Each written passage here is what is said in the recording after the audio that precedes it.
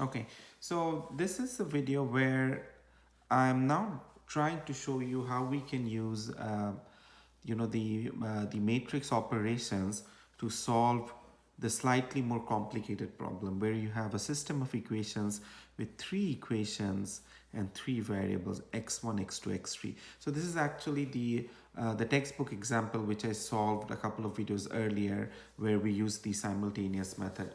Um, and I just want you to recall that when we did it in the first version, we found that uh,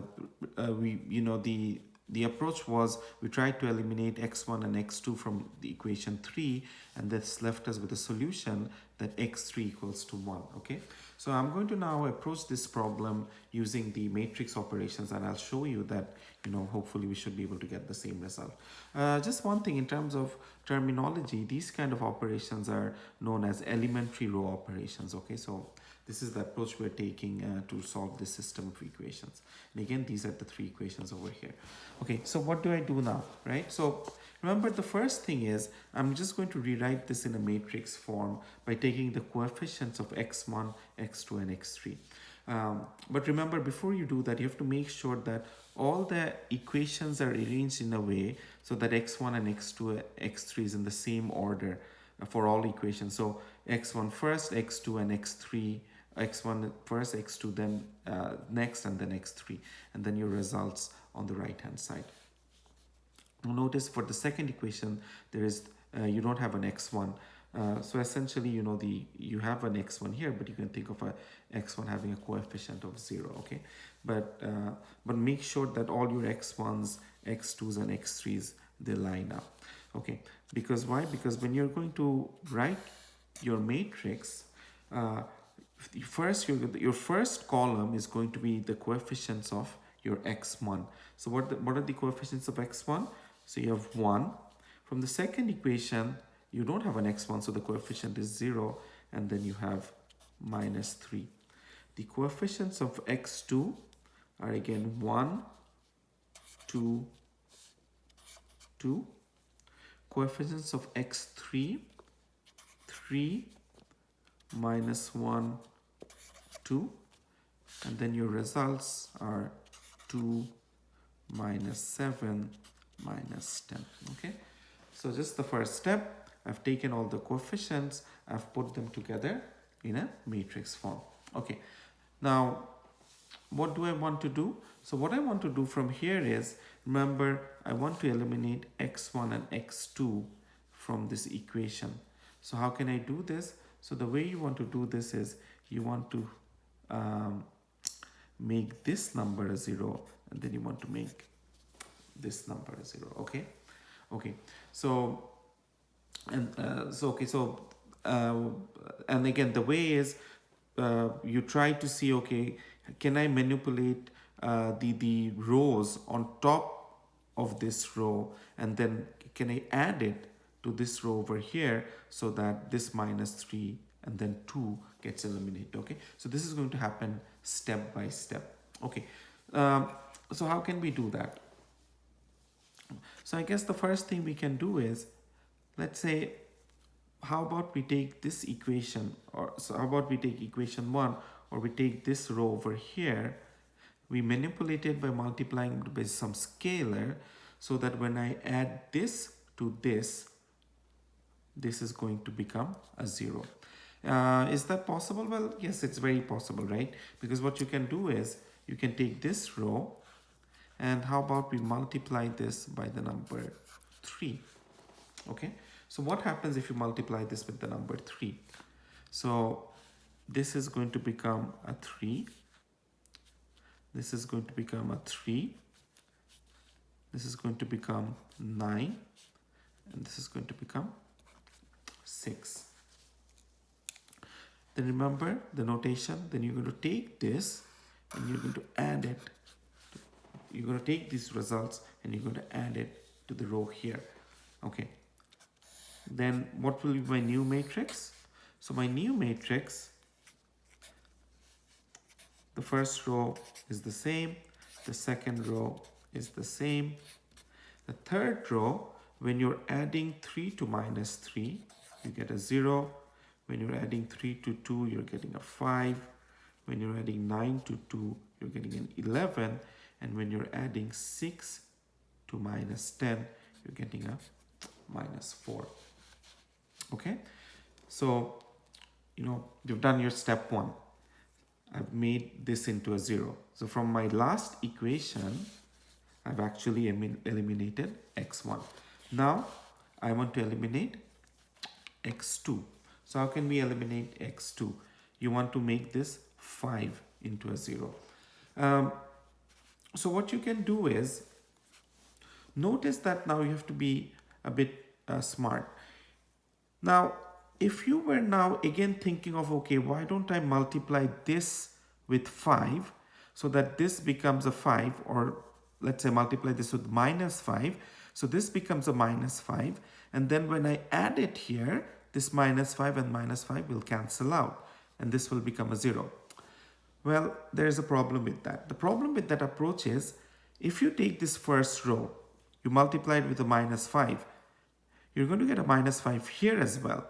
So when you're going to add this minus 5 to 0, this 0 is now going to become a minus 5.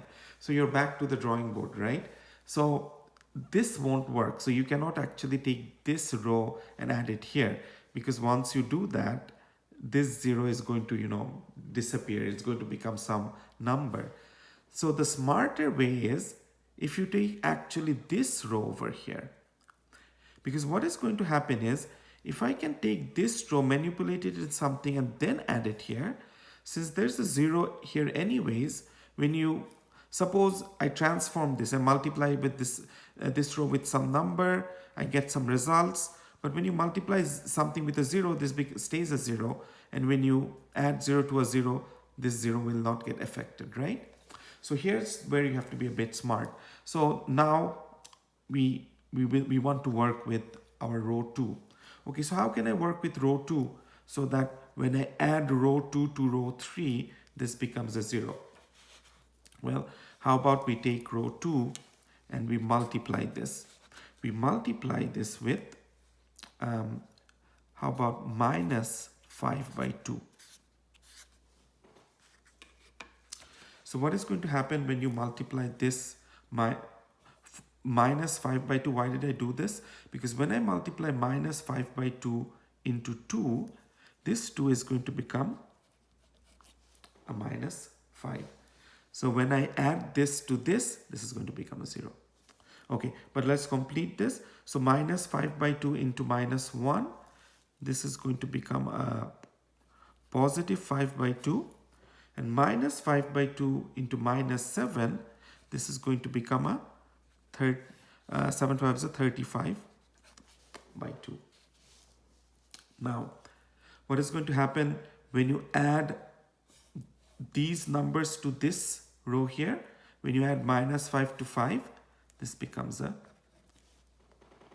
0.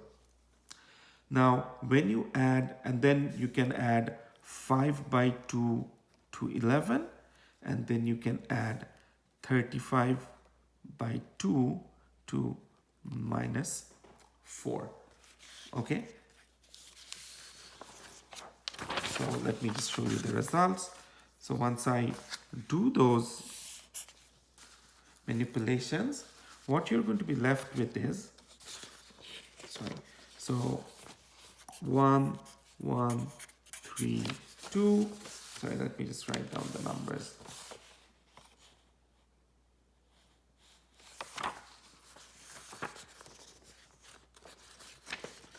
Then your second row, which was 0, 2, minus 1, minus 7.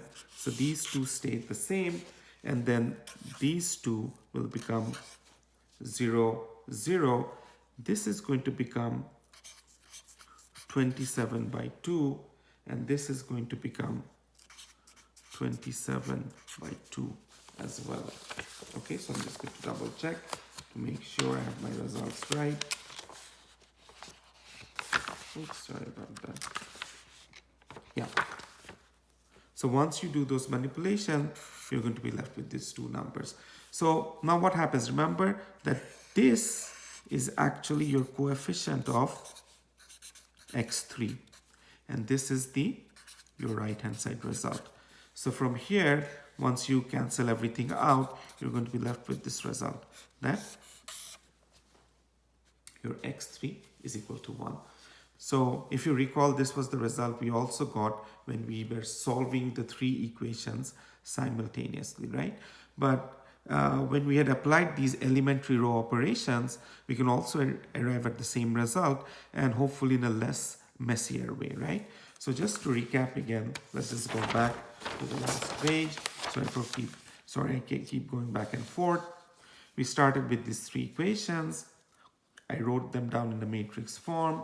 My intention is to eliminate these 2 numbers to make them a 0. So what did I do? So my first row operation was, I took my first row and multiplied it with a 3. I added it to this row here. Then this row got transformed to 0, 5, 11, minus 4. Then I took my row 2, I multiplied it with this scalar here, and then I added it to this row, and then this row got transformed into this row here. So both my x1 and x2 got eliminated, and I was left with a solution for x3. So once you have a solution for x3, you can go back to your original equations and plug it in, and then you should also be able to solve for x2 and x1. Okay, so that's it. Okay, so that is the way we work with elementary row operations. I would encourage you to do a couple of problems from the textbook. It is a bit complicated. It takes up when you're doing it at first, but hopefully if you do a few examples, you can get the hang of it.